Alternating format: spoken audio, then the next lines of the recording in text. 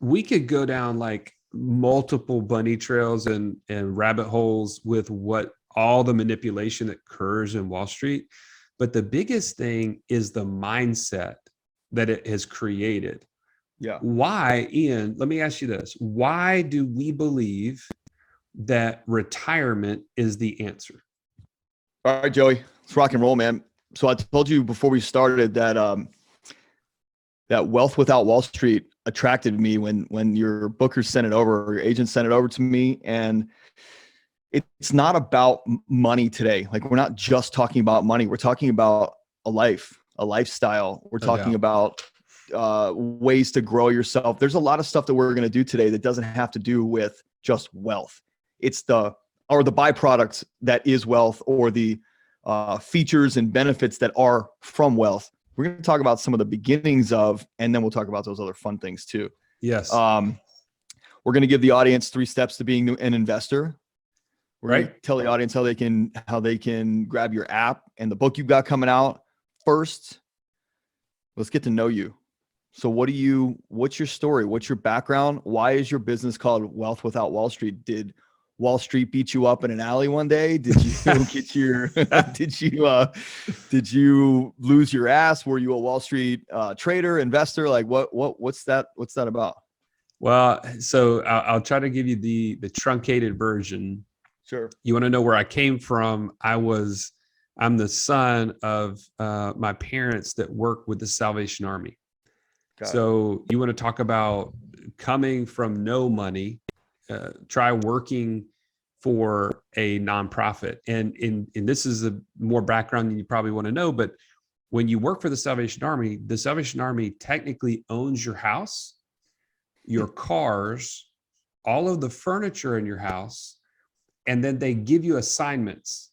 And they literally say 2 times a year, there's 2 phone calls, and you either get the phone call or you don't, to move to another location. Interesting. And so you literally grab your backpack and the 2 or 3 pictures on the wall that you hung, and you move to the next place, and you put up with whatever the house is, the furniture, even the sheets on the bed are not yours. That's gross. And so you want to talk about, like, man, having a bad view of money growing up. I was super scarce because money was not abundant around me.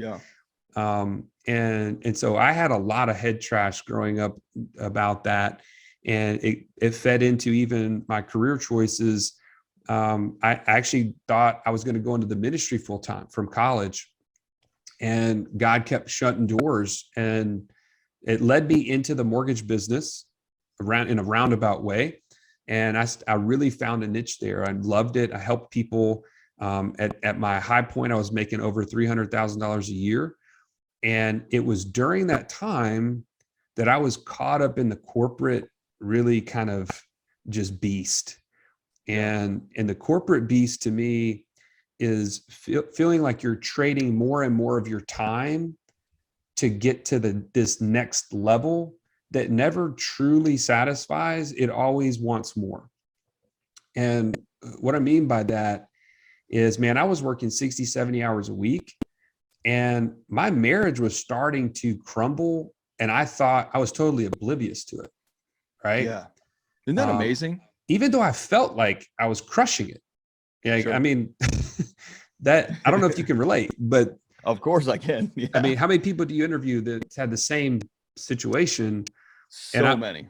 And I'm grateful to God that he gave me a second chance before I needed a second chance. And I'll say this, I started learning all of this stuff about personal finance in 2010 when my now business partner handed me a book and said, "Hey, I'm going to start sending you referrals. If you'll just read this book, I want to make sure, you understand the context in which I'm providing clients, direction." So I read that book, and it dramatically changed my whole perspective. It taught me that I have to be the one responsible. Like, I have to be the one to put money into things that I know and understand so that I could get to financial freedom.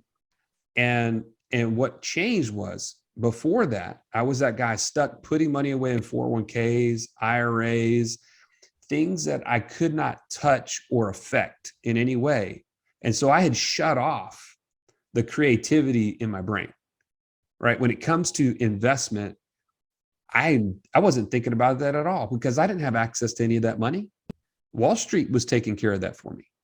Yeah. And to be honest, I never was really comfortable with it, but I didn't know there was an alternative.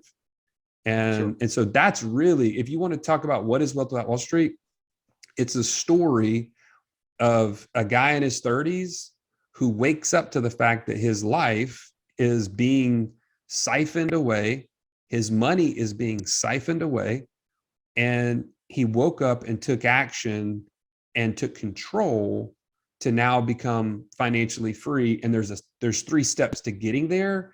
And we didn't know it at the time. We failed our way through that, but now we can share that with the world. Yeah, I love that, man. So back up for a second, because our audience is either those guys going through it, the guys before that who we can save to not have to go through that shit, and or guys that are working their way out of it. And maybe there's the guys in our audience that have worked their way out of it too. They're on the other side and maybe they're looking to give back. Like we have a lot of guys in the Men on Purpose community who are on that other side.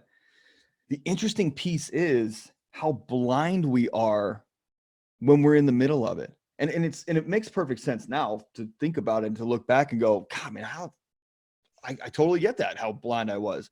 One, you got societal pressure to produce and to provide, right? And did you have kids at that point? My wife was pregnant with our 4th daughter, and I actually have 5 daughters now, but nice. At the time it was 4. So. And that alone is scary. So we're driven by fear. And by the way, audience, if I'm describing you, like, make sure you get your butt into the Men on Purpose community. Make sure you join Joey's community.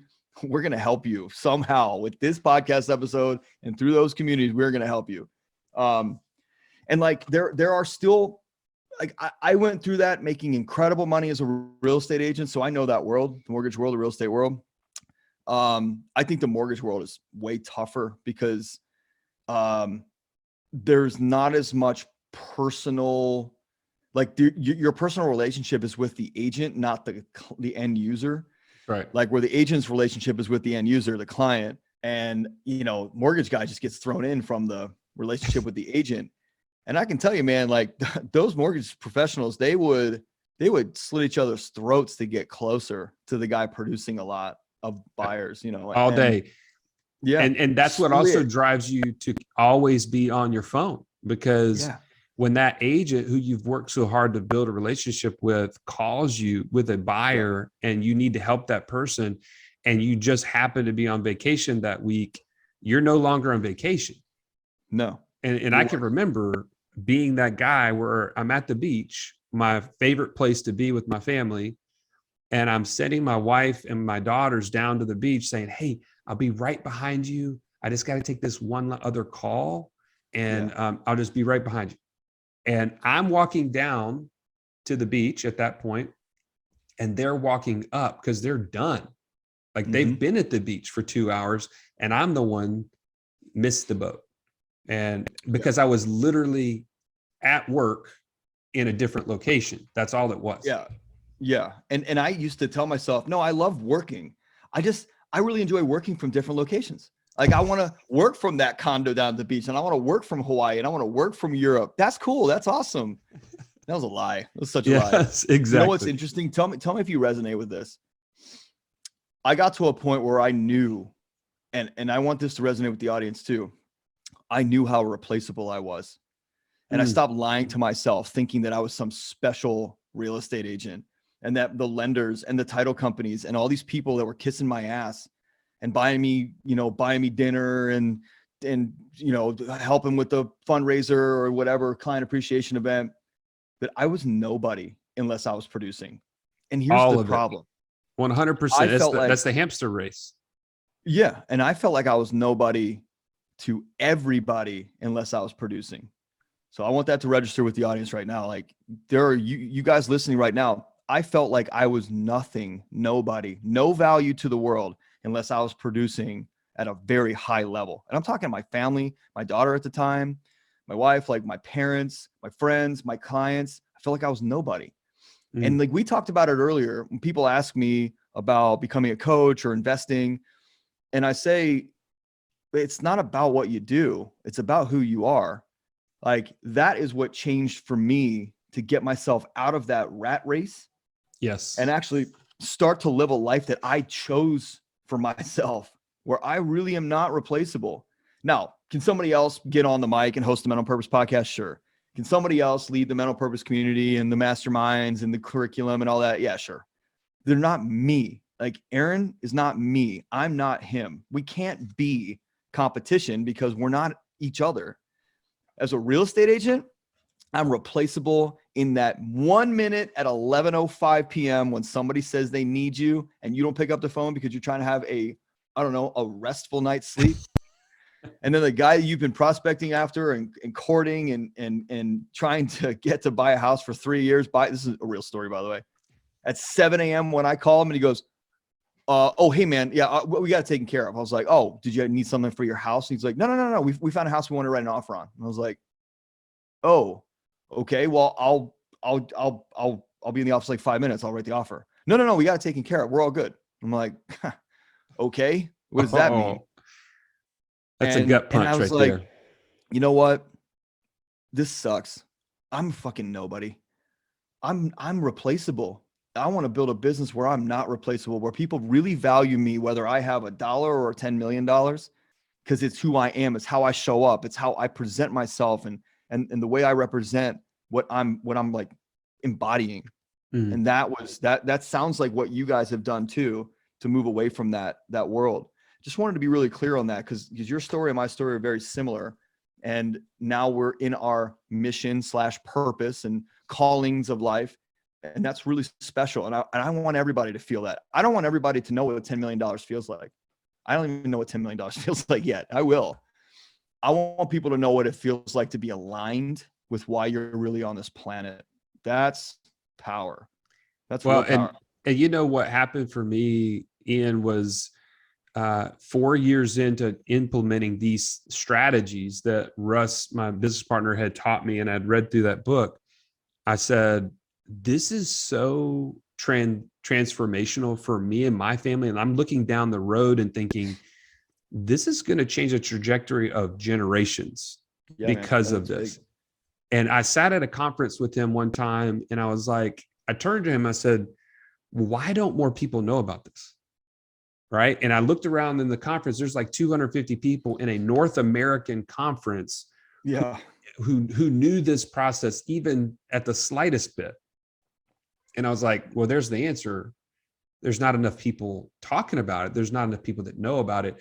Why? And then it was literally like at that moment that I felt like a thumb in my back. Like God was like, why don't you do it?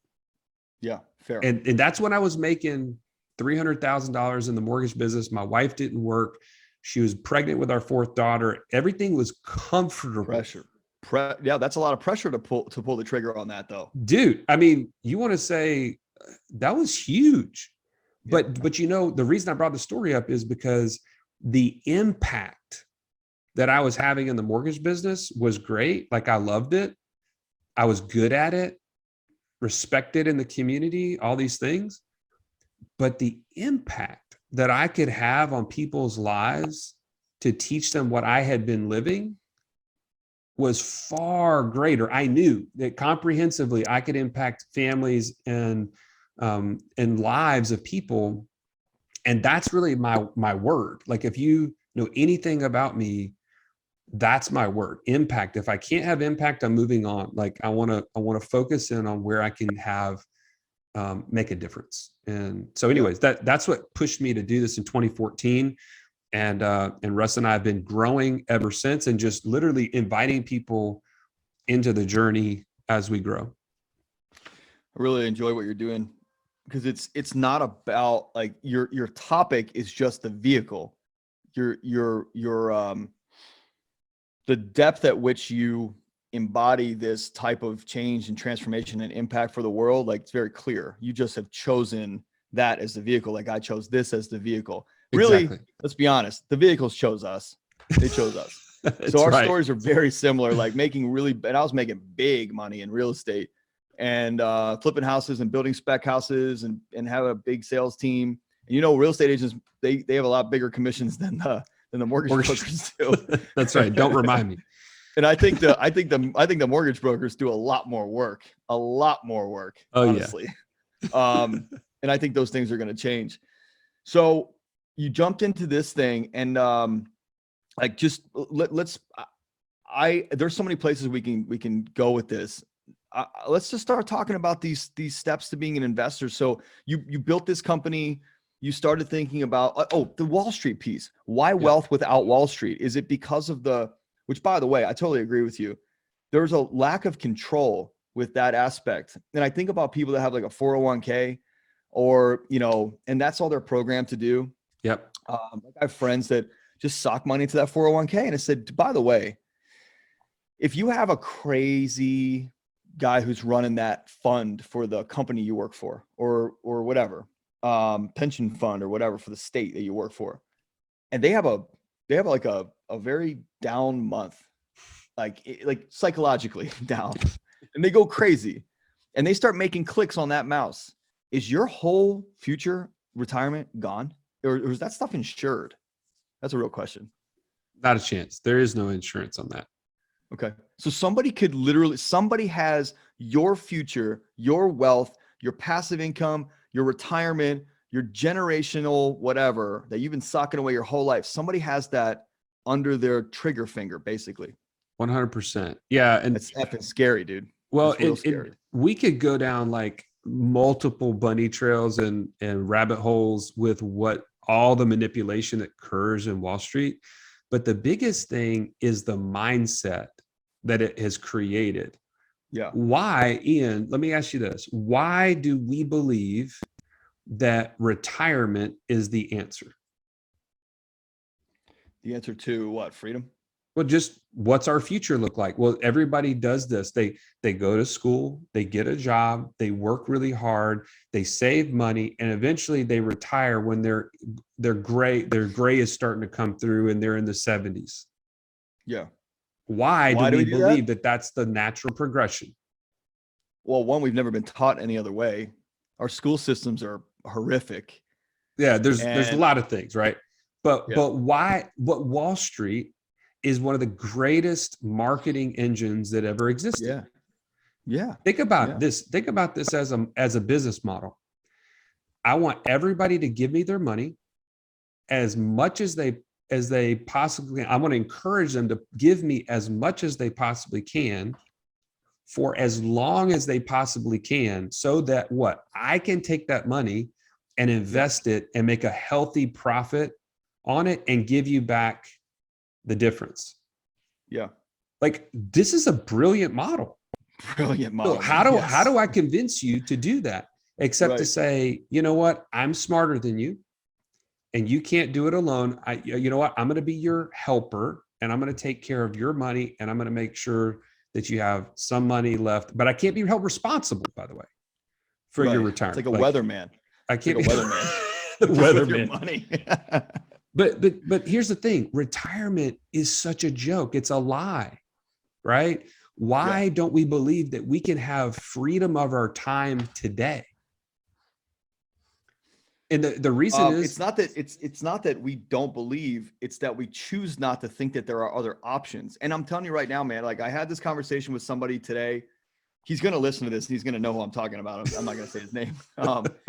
Where we are so programmed as a society. I'm not talking about everybody. I'm just talking about as a society that there are steps to this process, and don't skip steps. Don't do that. There's like, you know, when you have passive income, when you invest in property, you have passive income. When you invest in other things and have passive income, you are retired. You're done. As long as your expenses are under the passive income cover, you're good. 100%. You can technically go enjoy your life, not going to the office, except that our identity most of the time is wrapped up around work or the job or, whatever it is. It's wrapped up around doing shit instead of going and being free with your family in Bali for a month because you got 25,000 in passive income coming in, but you're still working really damn hard to generate 300, 400, 500 in active income. That's not the formula. However, I know exactly what that's like, and so do you. Yes. And can I share even a less, I guess, expensive example? You said going to Bali, right? Yeah. How about this story? Have you ever been driving to work, or excuse me, driving your son or daughter to school in the morning, and they, in from the back of them, this happened to me, by the way. You talked about true story a minute ago. I'll give you a true story. My daughter was 3. I was driving her to her preschool, which was rare because I was usually in the office well before she ever had to go to preschool, just as a side note. And she says, "Dad, you gonna pick me up this afternoon?"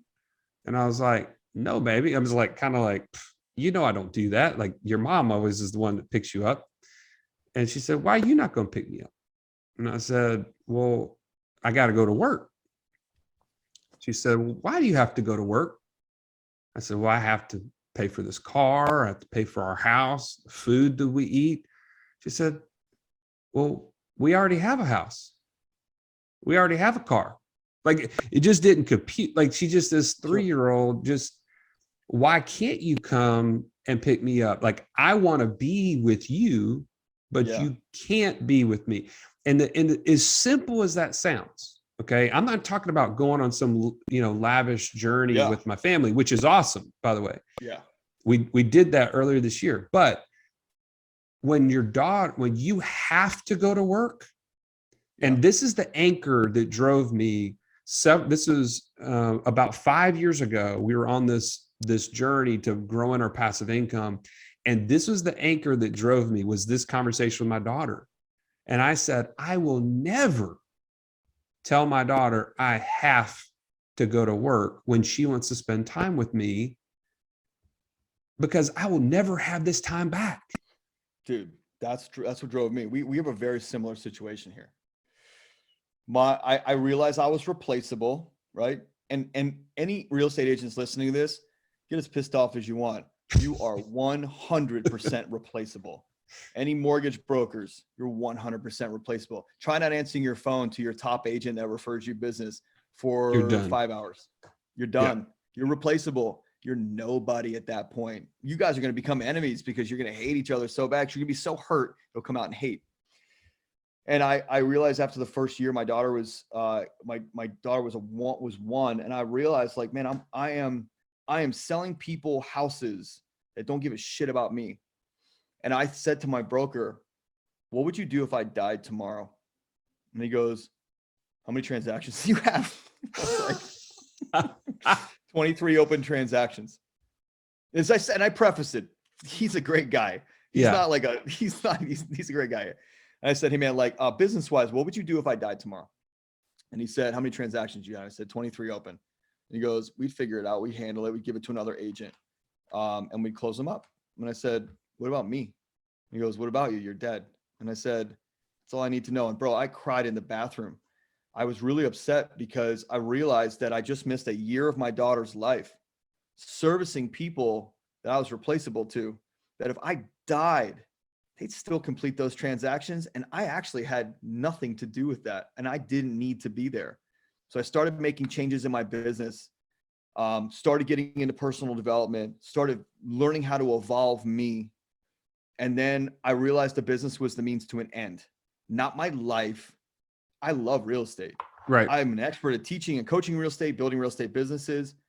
I was replaceable as an agent. And I can tell you right now, like, the regret that you'll feel later on in life when you don't do the things that you really need to do, because there are seasons for all of our there are seasons to our children's lives. Yes. Like guys were asking me in the mastermind a couple of weeks ago, explain that. And I said, there's going to be a point in time in which your daughter says, "Do not come into the bathroom with me forever now." Right? So the little girl that you love to play, like, we have these little diving sharks and we throw them in the bathtub, and I taught her how to snorkel in the bathtub when she was like 3. Over. and you don't get it back. And then you got to deal with the regret and the resentment that you feel because you let your time be taken up by someone else who you are replaceable to. Think about that shit. That sucks. And I'm not talking to everybody. I'm not saying every agent. I'm not saying every mortgage broker. I'm saying you needed to hear this today. You listening in your car, listening to gym, like you needed this today.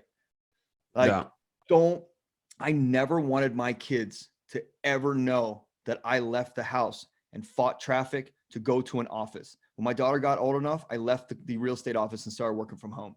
My son is almost 2. My son will never know dad going to work. Now, they understand that I have to host a podcast and I have to do some coaching, and they know I love that. And they sometimes come in and hang with me, like in this room, my office, will sit and watch trash trucks on TV while I'm doing stuff. That's my life. You don't want to be coached with a kid sitting here, then I'm not your guy. And in that case, maybe I'm replaceable. I'm still not, because you can't replace me because I'm me.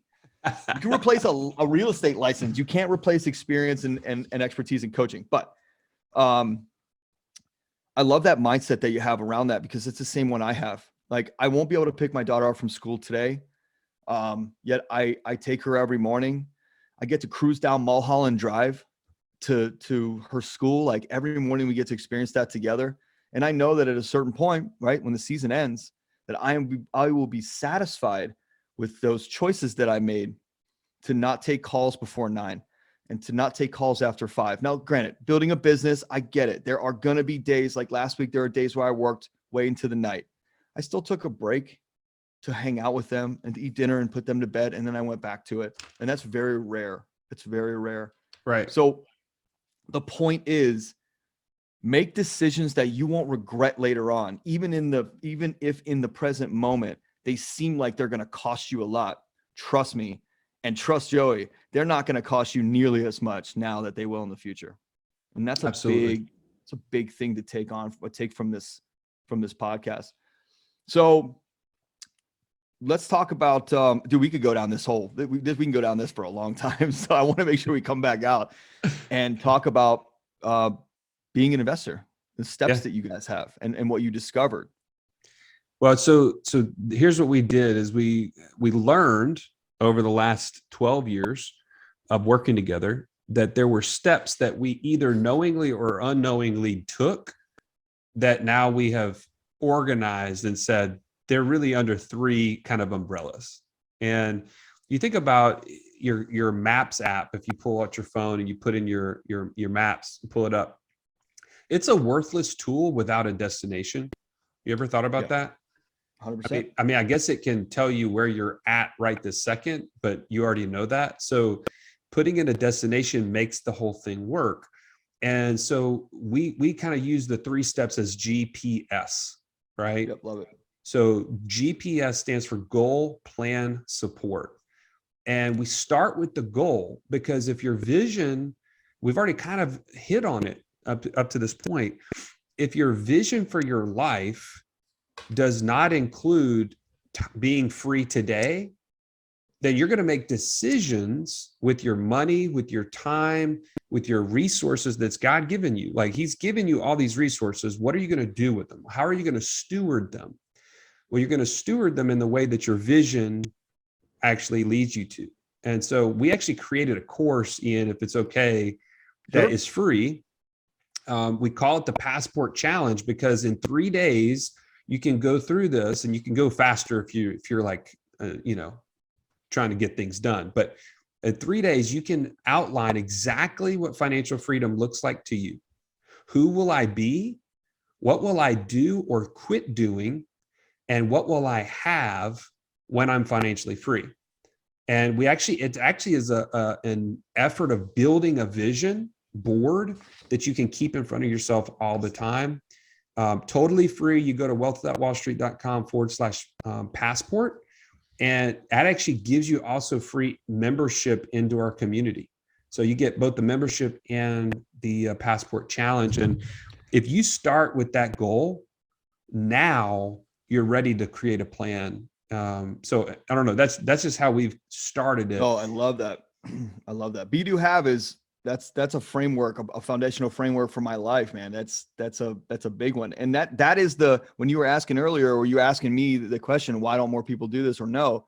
Because they think it's do, have, repeat, What do, a have, great repeat. point. Yeah, no, they forget about it. I love that you have the be, do, have in there. I mean, look, there's a Seneca quote: without a port in mind, no wind or sea is favorable. And that's what we have a exercise very similar called VMP, vision, mission, person. And we outline their goals. And I say to them, like, you're running this big business and you're making $1 million a year, yet you're miserable and you're unhealthy and your marriage sucks and you're not talking to your kids and you're not taking vacations. And so what? You bought 500 apartment units last year, but who gives a shit? Who cares? Right. There's no port. There's no destination in mind. You don't know where you're going. You're just doing a bunch of stuff to keep up with the Joneses and to be popular and to look good and look smart and be better than people. So I love that you have that. So give me that again, wealthwithoutwallstreet.com/. Passport. Yeah. And it's all kind of tied into the fact that this is a journey, right? I mean, financial freedom is a journey. And to go back to the be, do, have, one of the first things you learn is who you want to be actually has to be who you are being today in some way, shape, or form. Like, it's not like when I'm financially free, all of a sudden I'm not going to be a complete, jerk to my family. Right. Exactly. Like when you're financially free, if you've been a jerk the whole time, your family's not going to be there anyway. So you have to make changes today that affect who you're going to become. And so anyway, we could go down a whole path, but that's why we created the courses, to be honest. And you know this, Ian, because you have a course on the same thing. People are so stinking busy that they will not stop and think. They have built literally no margin in their time to think about anything. And so they're just reacting, and they look up and they're lost. Yeah. And it's been 15 years. Yes. Yep. And so this is, you may think, well, this is silly. You're doing a vision board in a financial freedom. Like, why are you doing? If you don't have the vision, it doesn't matter the investment. Yeah. Right. People ask us all the time, well, Wealth Without Wall Street, that sounds cool. It's different. I mean, I'm interested. What do you invest in? And I'm like, who are you first? Right. Right. I love that you do that. Thank you for doing that. Well, because here's the deal. If we had one product that we were trying to sell you, I would just give you the answer as that one product, which, by the way, that's what everybody does. Right. You hear somebody, they have a podcast on real estate, syndications. They're going to sell you a syndication because that's their vehicle that they get paid for. I don't care what you invest in. I want to get you to your financial freedom. And that's going to be different for every single person. Like, the vehicle to get you there is going to be different. So, it's interesting. My dad once told me, nothing against insurance guys. That's another replaceable, somewhat more scummy profession. I don't know which one is scummier, actually, real estate agents, mortgage brokers, or insurance brokers, but nonetheless, all very replaceable. And he said to me, I was like, oh, Dad, I won't tell you the company. Sounds really amazing. Like, I think I'm going to go with this life insurance product and this retirement product. And he's like, one, you know how to generate a lot of cash, so you can invest in whatever the hell you want. How do you know that guy knows what you should be investing in? And I'm like, good question. He goes, let me tell you something. For this business, like, my dad has a shipping company. He's had it for 40 years. If you came to me and you were the only client today, like, and I owned a butcher shop, and you walk in and you said, yeah, we're looking for hamburgers tonight, and we're dead set on hamburgers. We're only buying hamburgers. We're only eating hamburgers tonight. And it just so happens the only thing I sell is pork. You better believe that if it is the difference between my family eating and not eating tonight, like, as the owner, your ass is walking out of there with pork tonight, right? And I will make sure that shit happens because there's a big at stake. And so he said, like, how do you know that guy is selling you a product that's best for you, not best for him? And I said, I don't know. He said, the only people you buy from are fiduciaries. From now on, the only people you buy from are people that are on your side of the table, not selling you a product from their company. And I'm like, that makes sense. And the other thing that came up while you were talking, and I want to remind the audience of, and I wanted to mention this earlier, is when you get into a habit of socking money to a 401k, and you're doing that, waiting for this to happen. When I have enough money to do this, I'll do that. When I have enough this, I'll be free and I can go on that vacation. When my kids are old enough, I'll take them here. It's not that the door just magically opens. It actually is harder because you just built a habit for 10, 15, 20, 25, 40 years. Yes. You just built a habit of not being and not doing and not having. And now you got to somehow, when you get your little gold watch and your certificate that you just wasted 40 years of your life working somewhere where you were replaceable, you now have to change your entire way of being and doing to now enjoy your retirement. And that's why the stats say a shit ton of people die within a year of retirement because they have no more purpose. That's right. Their identity was wrapped around this job and they're done.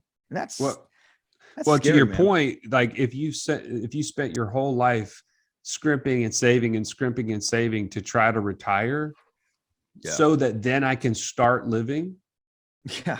You're never going to go on those trips because you never had the habit of taking a trip. You said, no, we have to defer that.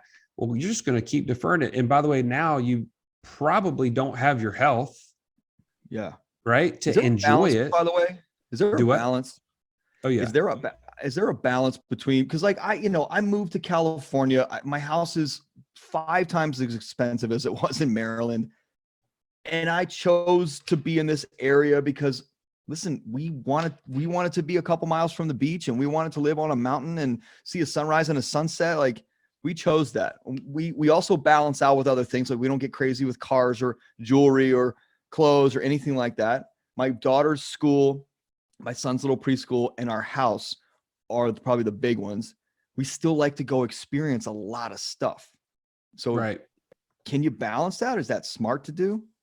Well, give yourself the license, man. Like passive income is that thing that you're not living off of while you're growing to financial freedom. Right. Okay. So let me say that again. If your expenses are $10,000 a month and you're trying to build passive income to cover those, you still have to have that active income to feed the beast, like to create the passive income. Well, what do you do when you've created $2,000 a month of passive income and you don't need it to live off of because your expenses are paid through your active income? Right. Well, the 2,000 could go into one of these these lifestyle examples like you're talking about because you don't need it today, right? You don't have to have it to live. It's just extra. So I think that's you create your own balance in that by giving yourself the license. Man, this is money that something else is working on my behalf to create. And there's a lot of freedom and no regret in that. I love that. So let's get, I digress all over the place. Like, I get ADD all over the place. 3 steps to being an investor. We went through the Be Do Have, went through the free course stuff. So 3 steps to being an investor. Yeah. So that was the goal. Right. Yep. So when we get to the goal, plan, support. Yep. Yeah. When we get to the plan, everybody wants to still jump to the investment and say, whoa, take our assessment. It's the investor DNA. Okay. This is where you find out who am I as an investor.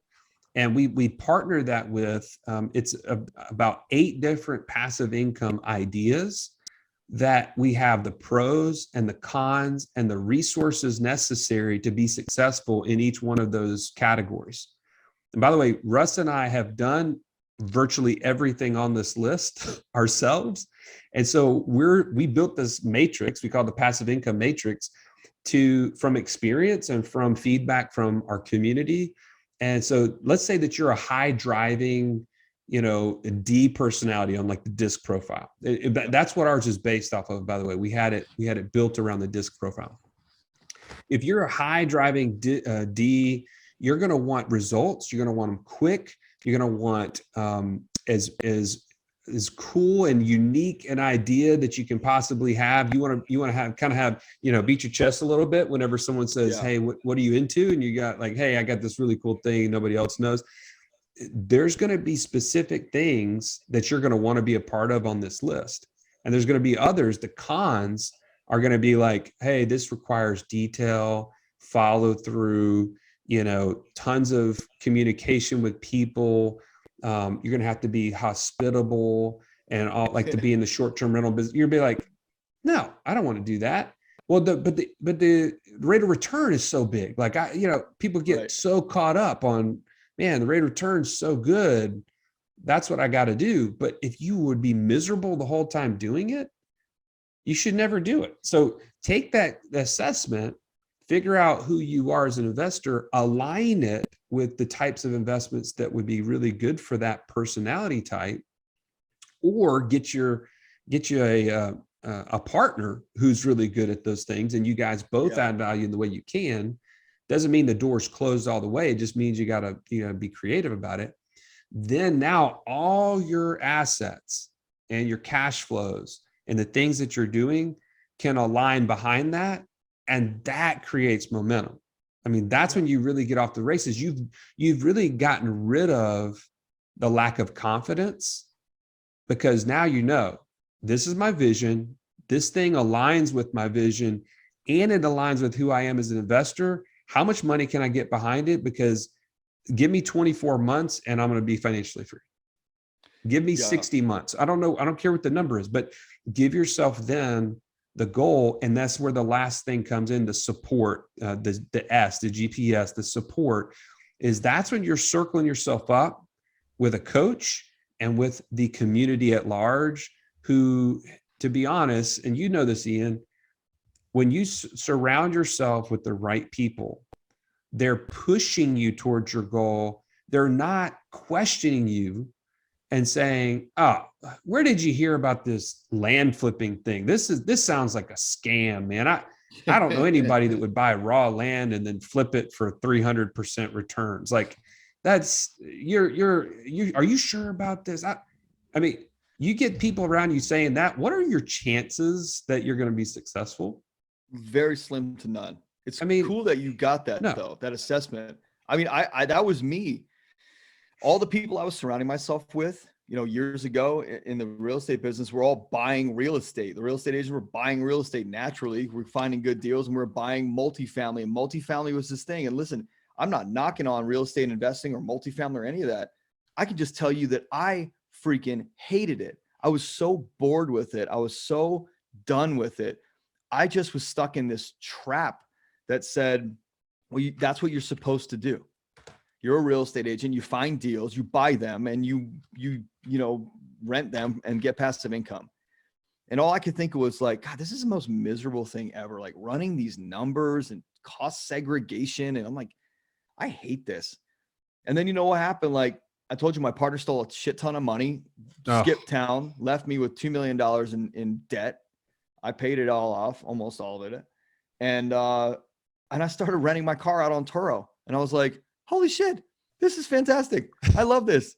I freaking love this. I was making $900 before COVID. I was making $900 a month in cash flow from one car on Turo.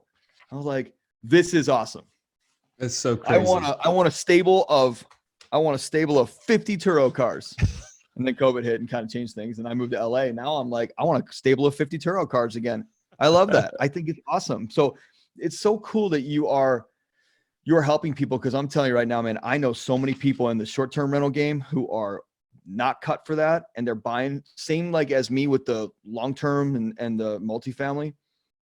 They're buying a bunch of STRs and they don't like it and they're not doing it properly. And it's gonna cycle back. And you know what happens when things cycle back and you're still standing in the same place? It hits you. Yeah. You don't see it coming. So that's cool that you're doing that. Really cool. I really admire that too. That's very impactful for people. You're a buzzword. Yeah, exactly. Yeah. And I want to share this. Like we don't care which way you do it. We want you to get there as fast as you can. Just like on that map, you put in your destination, it gives you several choices. And one of them says the fastest. Right? You ever put in a destination, it gives you 3 ways to get to your destination, but one of them is like direct. It's the fastest way to get there. That is when you get all these things aligned, you're surrounded by the right people, you have the coach pushing you and helping you to get there. I mean, we've had ridiculous results, Ian, when I'm saying stuff that kind of still blows my mind, like a teacher calling and saying, "Hey, I'm not coming back in the fall because she's been creating a virtual land flipping business from Hawaii in the States. Like all the land she's buying and selling is in the States and she's in Hawaii, and she doesn't have to go back to work in the fall because the passive income she's created." Or literally this corporate attorney who started buying one rental property and then another and then another, and now has created a side hustle now that he could transition to have more of his time back, but to do more of what he loves to do in the real estate world.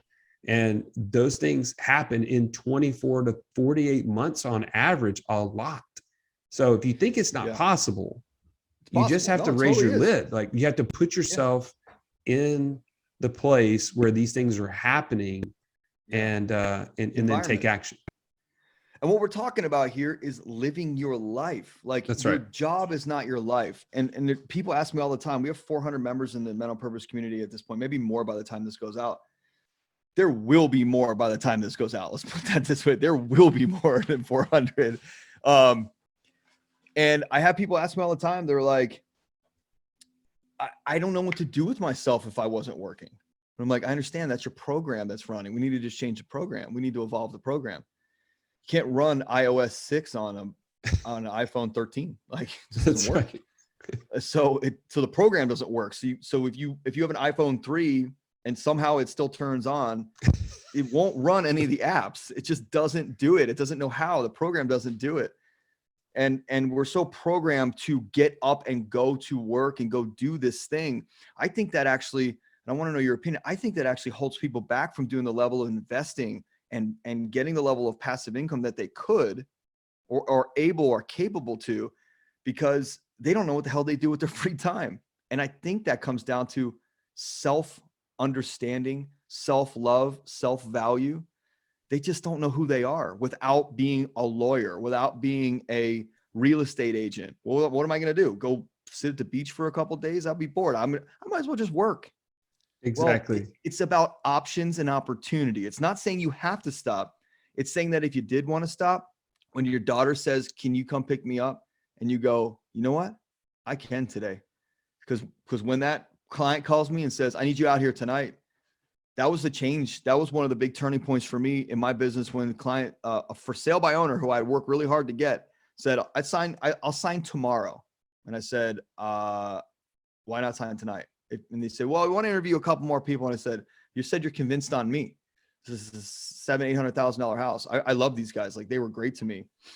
And they're sitting on the counter of this giant house in Baltimore. And they said, "Give me the reason why you can, man. This is a big commission. You're charging 7%. And I said, and my fear and this anxiety spiked in me and said, like, "No, you got to do the right thing. Like walk from this money right now if these people don't value this." And I said, because I made a commitment that on Wednesdays I have a date night with my wife and I won't trade that for anything. So I appreciate your time. So if you don't want to sign tonight and go with me, like I'm clear. And I started walking out and the wife started crying and looked at the husband and said, "If you had that level of dedication to me, maybe our relationship would be better." And they grabbed the paper the wife grabbed my paper out of my hand and signed it. And she goes, "Sign it. This is our guy." And we sold that house very quickly. And that changed me. That shifted me. And now I knew I don't work for these people. I serve these people when I have to, and I serve my family the rest of the time. And this is just my job to produce the income, to produce the money, to fund the life. That's how it works. This one's always more important. The family's always more important. This is just a job to fund it. That's it. Until passive income catches up and I can be free. Oh, I love that. Yeah, man. Yeah, we're super aligned, and I think if you haven't had that epiphany, use somebody else, borrow somebody's, because to be honest, I always say I would much rather borrow somebody's than pay retail. And Yes. You Great. literally, if Great. you have to go through it, you may not have the same experience that one of us has had, and Right. it may be a lot more costly to you. Yeah. So, I mean, anyway, and What's that regret, last one? you can't put a dollar amount on regret.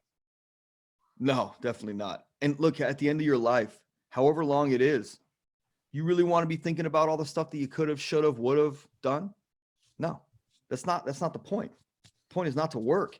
You know, I talked to some guys when I was in Baltimore. Guy was 86, maybe 87 years old, worked 50 years in a like an automotive plant. It's on the line the whole time. Like, and I said, no, you don't want to be a manager or anything. No. And we were clearing out his house. He was in his 90s. No, he was in his 90s. We're clearing out his house. He's moving in with his daughter to some basement bedroom.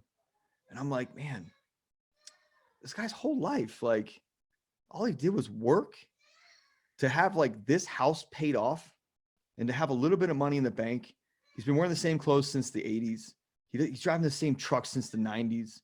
He never really wanted for anything more.